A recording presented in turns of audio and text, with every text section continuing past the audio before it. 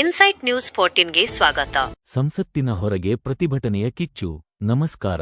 ರಾಷ್ಟ್ರ ರಾಜಧಾನಿಯಲ್ಲಿ ಈಗ ಪ್ರತಿಭಟನೆಯ ಕಾವು ಜೋರಾಗಿದೆ. ಸಂಸತ್ ಭವನದ ಹೊರಗೆ ಪ್ರಧಾನಮಂತ್ರಿ ನರೇಂದ್ರ ಮೋದಿ ಅವರ ವಿರುದ್ಧ ಪ್ರತಿಭಟನಾಕಾರರು ಬೀದಿಗಿಳಿದಿದ್ದಾರೆ. ಇಲ್ಲಿ ಗಮನಿಸಬೇಕಾದ ಅಂಶವೆಂದರೆ ಪ್ರತಿಭಟನೆಯ ವಿಭಿನ್ನ ಶೈಲಿ. ಕೈಯಲ್ಲಿ ಪ್ಲಕಾರ್ಡ್ಗಳನ್ನು ಹಿಡಿದಿರುವ ಪ್ರತಿಭಟನಾಕಾರರು ರಘುಪತಿ ರಾಘವ ರಾಜಾರಾಮ್ ಭಜನೆಯನ್ನು ಹಾಡುವ ಮೂಲಕ ಸರ್ಕಾರದ ವಿರುದ್ಧ ಆಕ್ರೋಶ ಹೊರಹಾಕುತ್ತಿದ್ದಾರೆ. ಶಾಂತಿಯುತವಾಗಿ ಆರಂಭವಾದ ಈ ಭಜನಾ ಪ್ರತಿಭಟನೆ ಈಗ ಇಡೀ ಸಂಸತ್ತಿನ ಆವರಣದ ಗಮನ ಸೆಳೆಯುತ್ತಿದೆ. ಇನ್ನು ಪ್ರತಿಭಟನಾ ಸ್ಥಳದಲ್ಲಿ ಕಾಣಿಸಿಕೊಂಡ ಬ್ಯಾನರ್ಗಳು ಈಗ ದೊಡ್ಡ ಮಟ್ಟದ ಚರ್ಚೆಗೆ ಕಾರಣವಾಗಿವೆ.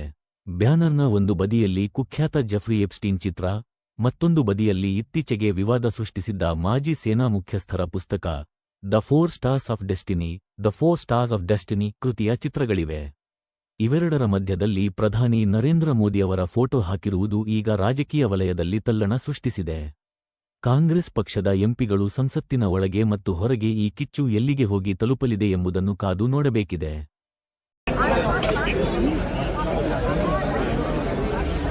राहुल गांधी जी, जिनको लोकसभा की कार्यवाही से हटाया गया, जिन सांसदों के साथ एक बार फिर से आए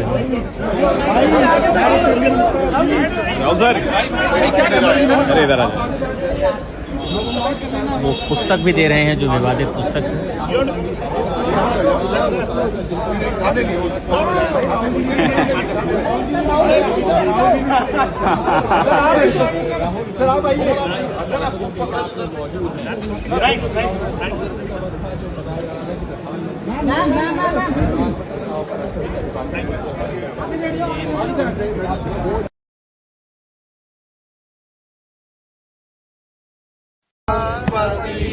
पावन सीताराम रघुपति राघव राजाराम पतित पावन सीताराम सीताराम सीताराम भज प्यारे तू सीताराम सीताराम सीताराम भज प्यारे सीता